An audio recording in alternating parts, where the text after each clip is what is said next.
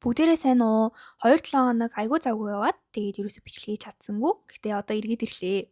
За сүүлд цингүүн дээр холион бантан болоод К-драманы лаг дуутай төгсгөл дууссан да. Одоо эргээд учиртай дөрөв толгойхоо төгрөөр орцгоё. Би л ахын төр сайх нас барьжээ. Би л бол өөрөө харилцаачгүй олон жил болсон.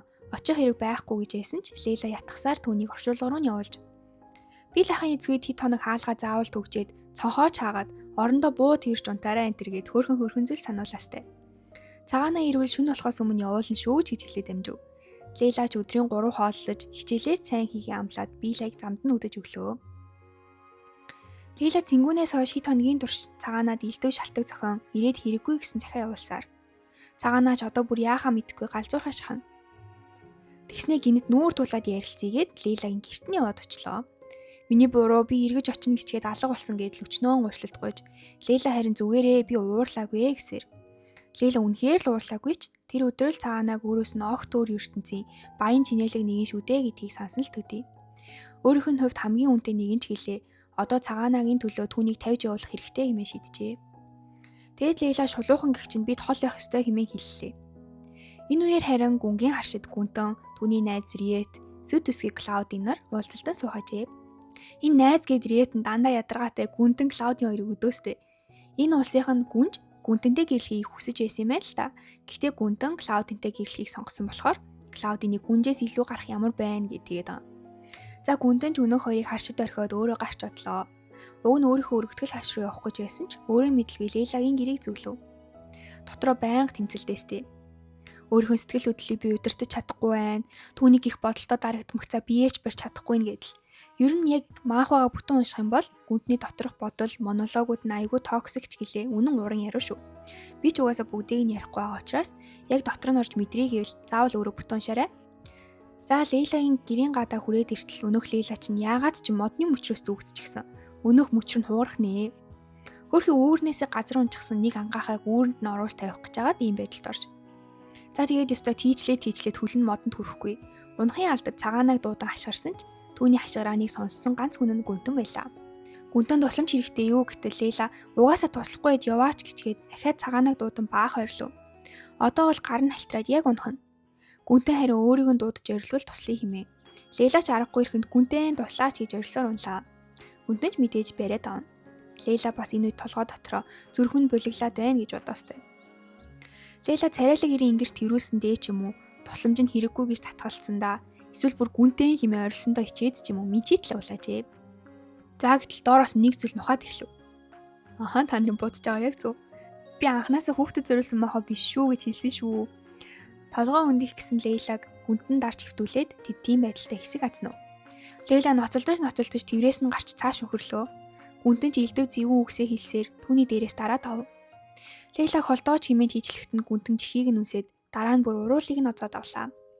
Лейла холдуулахаар ноцолдсон ч ямар дийлэх биш. Гүнтэн дараа нь хүзүүг нь үсэж тэгээд өндөв. Уруулаа хазуулсан Гүнтэн яагаад би энэ охин татагдсан юм бол хэмээн өөртөөгөө зөрчилдсөөр Лейлаг үлдээгээд алга боллоо. Буцах замдаа Гүнтэн яг ямархуу зүйл бодсныг товчлоод хэлэх юм бол Лейла ингэртэн тэрүүлэх мөчөд бух удирдлагаа алдах шиг болсон юм гинэ. Лейлаг өөрийн болгох хүсэлт ачаад л би юм гин. За тэгснэ энэ зунаас өмнө бол Лейлаг өөрт нь огт үн цэнгийн хүн байсан юм гин шүү. Энэ зун л татагдаад байгаа юм чавс. Тэгснэ 50 амьдрал минь Лейлагаас болоод өөрчлөгдчихлөө гэд буруутгаад байвал яах вэ? Цэцгшиж яах охиныг баахан зовоож хүчээр барьж авч үнсчээчтэй бүр. Энэ үеэр Лейла үнсүүлсэн бүх газар нь бохир мэд санагдахад усаар булхан угааж тэгсэн цэтгэл нь амралгүй ихэр татуулах хажээ. Хүсээгүй зүйлийг нь хүн тулган шаардсан, эсвэл хүчирхийлэлд өртсөн хүнд үнэхээр ийм л мэдрэмж төрдөг бах та. Энэ үеэр цагаанаа Лейлагаас яасан ч холдож чадахгүй хэмээн бодохдоо аавда Лейлатай гэрэлж хамтдаа коллежд ормоор байна гэд тас хийтэл нь хэлчихэн тэрээ. Энэ хорвоод ер нь Лейлагийн юу хүсэж юу бодож байгааг авч хэлэлцдэг хүн байна уу? Би л ахлах шиг байна да ёстой. Тэгэл аяахтар зовлон үзэж би л ахч дэрэгдэн байхгүй учраас таамшил 3 өдрийг туллаа. Хэцүү багнасаа Гүнтэнд хүчээр үнсүүлсэн үегээд бүгдийг нь ээлж дараалан хард арж сайн унтаж чадахгүй. Гэсэн ч би л ах өнөөдөр ирнэ. Эрэхт нь ийм байдалтай байж болохгүй гэж бодоод хүчээр босон хувцас өмсөж нүүрэндээ худлын нэмсэлэл тодруулав. Тэгээд юу ч болоогүй мэт урьдын адил гэрийн ажиллаа хийж эхэллээ. Гэтэл хараа бүрөө болох төхөж байхад ч би л ах ирдэггүй. Хаяа галт тэрэгний осол гарч олон хүн амир ирсэн мэдээ гардаг билээ. Лейлад муу савин татаад ч эхлэв. Ингээд бие лахын ирэх ёстой зүг рүү хумгүй гүн. Бусад бүх зүйлийг төвчж чадах ч бие лахад муу зүйл болвол төвчихгүй шүү дээ хэмээн нулимс туслуулсаар. Ээж нь тэднийг хаяад өөр эртээ хамт амьдрахаар явсан үе. Түүнийг тэслэхүй аав нь архинд орсон үе. Ээж нь чихрэн дуусахаас өмнө ирнэ байх гээд үлдээгээд явсан чихрийг нь дуусгах зориг хүрээгүй. Аав нь ухаарч охиноо тэрвэрэн хонсон тэр шөнөө Лейлаг тэрсээр амьсгал хураасан үе гээд хэцүү байсан бүхэл үе нь бодогдно. Би лахаа та эргээд ирээ чимээн залбиран багт нь би лах ашгүй баяр хөөр дүүрэн ирж яваа төр зураг нүзэгдлээ. Яг энэ хэсгийг уншиж байхдаа үнэхээр л би лахад нэг зүйл болчихж гээд бараг Лейлагийн өмнөөс гомдмоор уйлмаар санагдчихсан. Азар зохиолч маань бас яг тийм чатан хүн биш юм да. Энэ маавгааг унших юм бол үнэхээр л би лахад айгүйх тасчихдаг. Тэгээ яалчгүй Лейлагаас гадна бидний сэтгэлийг дуудаацуулдаг тийм сайх юм да. Би Лейла хоёр баяр хөөр болон тэрвэрлэгдэцгээж хажуугаар өнгөрч явсан гүнтэн жинэмсгэлсээр зөрлөө. Цагаанаа аавтайгаа гэрэлтийн талаар ярьж бай. Аавд хоёр арай залуу биш үү гэхэд цагаанаа язгууртнууд залуугаараа сүү тавьчлээдэг, ирэлжилээдэг хэмээн үгүйсгэнэ. Лейлад ямар их сайн түүнтэй л хамт нэг насыг туулмаар байгаагаа олон янзаар хэлж ойлгуулж өөрийг нь дэмжихийг ааваасаа хүслээ. Энэ үеэр Клаудийн сүү тавихад өмсөх даашин за толбон зогсгоожээ. Дотроо өөрийгөө ийхүү гүнжээс ч илүү хэрэгм зэрэгтэй болж байна. Тэгээд бодохоор өөрт нь хайргүй гүнтнийгч шар шуухаг нь хайрлаж чадна хэмээн бодно. Шар шуухаг гэдгээрээ ер нь бол шууганч тэр Лейлагч тэр хэлээл байгаа. Үсээ чимэглэх цэцэг хэрэгтэй гэсэн шалтгаанаар бас Лейлаг дуудажээ. Лейла гүнтэнтэй болсон явдлаас болоод Клаудины өмнө асар их гимнүгэлтэй санагдана. Клаудин ч Лейлагаас ямархуу харагдаж байна хэмээн асуухт нь Лейла дуулууртай гэх чинь түүнийг сайхан харагдаж байна гэж магтав. Үйлчлэгч нь Лейлад алтан зоос өгөхөд Лейла тэрийг нь хурдхан аваад тэндээс гарлаа. Гүнтэнтэй таарахгүйгээд л их л яравчлаа. Гэтэл хизээ Аз Лейлагийн ман талд байдаг байлаа. Мэдээж гүнтэнтэй таарлтна. Лейлагч биеэ барир мэдчлэн бүхэж гүнтэн түн рүү хэсэг ширтээд хажуугаар нь зөрөв. Лейла гэрийнхэн ойролцоо модон дээр харшиг ширтэн суухажээ. Бодолд дарагтан суухтан цагаанаа дуудаж түүнд баглаа цэцэг өгөөтгөв. Тэгээд түүнд гэрэлцгий хэмээн хэлв. Үүний дараахан Клаудийн гүнтэн нар сүй тавьж амтай бүхэн л тэдний амар сайхан хосууд болохыг цуурна. Гэрийнх нь багаас нь тэднийг гэрлүүлэхээр төлөвлөжсэн болохоор баг залуугаас үерхэж нөхөрлсөн гал халуун хосууд хэмээх дүр төрхийг үсгэжээ. Ингээд гүнтэн эргээд зэрэгтэй татагдан нам гүм намар альчлав. Гүнтний талаар байнгын тэнд яригдахч Лейла анхаарахгүй хичээнэ. Гадаа цас орж чихлэн би лах тэр хоёрын 50 аз жаргалтай өдрүүд ар араасаа хүрнэ. Ийхүү эргээд хавар болчээ. Нийслэлд байх гүнтэн дээр ээж имэн зочлон ирэв. Тэгэд гүнтэнд нэгэн мэдээ дуулгасан нь цагаанаа Лейла хоёр гэрлэх гэж буй байлаа. Цагаанагийн ээж нь үүнд маш их дургуул гэж бүр хөвтөрт орсон. Аав нь харин гэрлэлтийг нэг дэмжиж байгаа л гин. Энэ мэдээг сонссон гүнтэн оройн бодолд орон суухтаа цэргийн албаа ахин нэг жил сунгах гэж байсан хүсэлтэд урж орхилоо. Цагаанаа Лейлагийн гэрт ирэхдээ ахиад л гэрлэх санал тавина. Лейла бол үгүй ээ л гээд байгаа юм байна. Ер нь цагаанагийн аав хоёроос өөр хүн зөвшөөрөөгүй л байгаа болтой. Өнгөрсөн зунаас эхлээд цагаанаа өдөр бүр гэрлэх санал тавьсаар ингээд хаврын нүр үзэж. Цагаанагийн аавч бие лахтай уулзаж тэднийг гэрлүүлээд хамтд нэг сургуульд явуулмаар байгаагаа хэлж Лейлагийн сургуулийн төлбөрийг төлнө гэж хэлсэн байна. Тэгэд бие лах Лейлаг сайн сайхан амьдарч их сургуульд сураасаа гэж боддгийн болохоор уг асуудалд оролцож эхлэв. Тэгэд оройн Лейлаг гэрэл гэж атгана. Лейла бол эмчийн гэр бүл начиг биштэй болвол доог тохуу болно гэд үгүй гэж үргэлсээр. Бие лах бол цагаанаа шиг сайн хүүгүүд олон байдаггүй юм. Чи сайн бодож үзлэх нь. Тэгэд бие лах бүр хайр заяв. Чи сайн сайхан ирээдүйн төлөө яваа. Чи үргэлж миний охин. Эргээд ирэхэд чинь би эндээ байж лээ. Надад хорогдох хэрэггүй гэдгийг. Би л тэгээд бүр Лейла дараа 7 хоногт нийслэлийн их сургуульд эсэлтийн шалгалт өггээд галт дэргэний тасалбарын мөнгө ч өгөв. Ингээд дараа 7 хоногт нь Лейла цагаанагийн хамт нийслэл рүү шалгалтаа өгөхөөр явлаа. Харин нийслэлт гүнтэн зэрэгээсээ халагдан бусадтайгаа салах ус хийхээжээ. Ахин нэг жил зэрэг хаах байсан төлөвлөгөө нь Лейлагийн нэг зурглаас болоод нисэн одвоо гэж. За тэгээд дөнгөж цэргийн байрнаасаа гарч яваад мэдээж хайрт Лейлагаа олж харалгүй ах вэ. Энэ хоёр гэхдээ заяаны осууд байлаа гэхэд арай л дэндүүх тардгүй. Нийслэл нот Улаанбаатар шимэн газар л юм аашин. За гүнтэн мэдээж Лейлагаа дагав. Лейла байгалийн түүхийн музей үзэхээр ирж цагаанаа маргаашин шалгалттай тул Лейла ганцаараа иржээ. Бүх үзүүрийн ям байлан харж тэмдэглэл хөтлөх Лейла гүнтэн холоос ажиглаастай. Гүнтэн хоёртод очичихвол Лейла нэмсгэлгээ болчихно гэж бодон холоос ширцээр.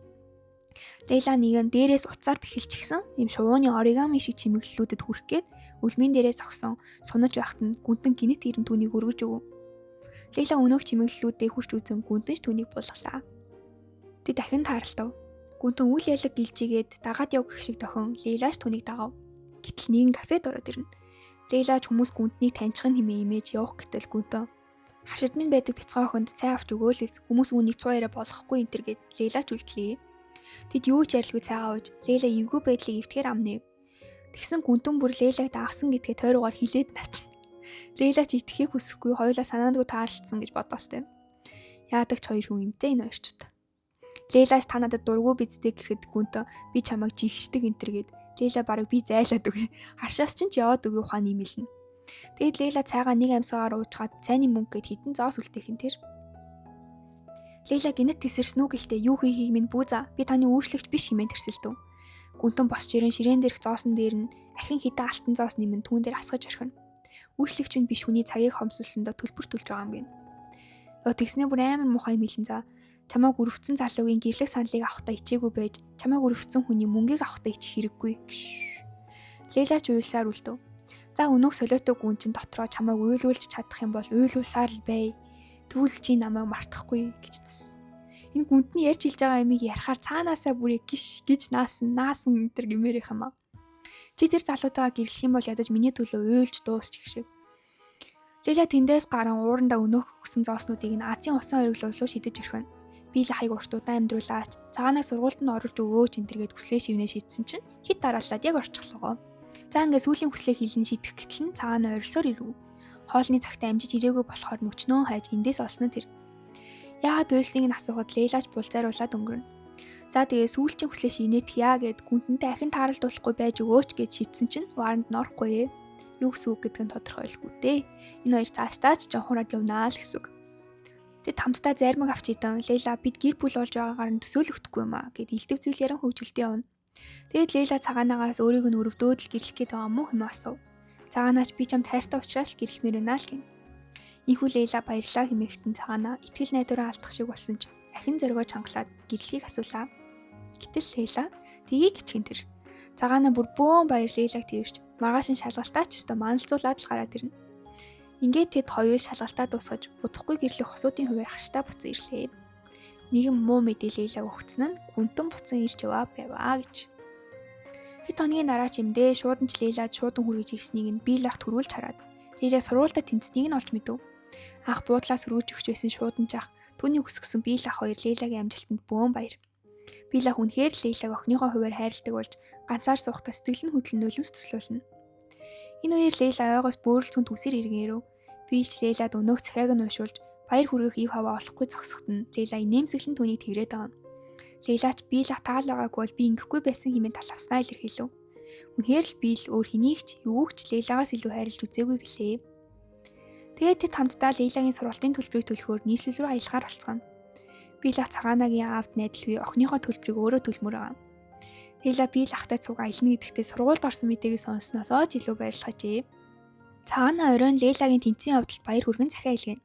Цагаана өөрөө ч бас тэнцжээ. Тэгээд бүр хачирхалтай нь эсэргүүцээд байсан Цагаанагийн ээж Лейла гэртээ урьж байгааг нь хөөе. Лейла ихтэй дотроо жаахан эргэлзээстэй гэрлэх нь үнэхээр зөв сонголт уу? Би шуналдаа хөтлөгдөөд л ингэж байна уу гэсэн бодолтой харагцаар. Удалгүй гүнтнийг ухтгаар хашийн ажилчид цуглаж бүгд Лейлад баяр хүргэж эхэлнэ. Би л заах ч ёстой дэдгэр зогсноо. Ийхүү гүнтээ ирлээ. Мэдээж түүний харц Лейла дээр тусаастай. Лейла Цагаанагийн гэрч очлохоор боллоо. Бэлдэж ирсэн ч бас л зүгээр харагдаж байна уу гэж санаа зовоод л Цагаанаач зүгээрээ хэмээн тайвшруулна. Лейла өөрийнхөө хийсэн бөөрөлцөөний чанамлыг бариад ирж. Тэд хоолны ширээний ард сууцхан яриа өрнүүлж эхлэв.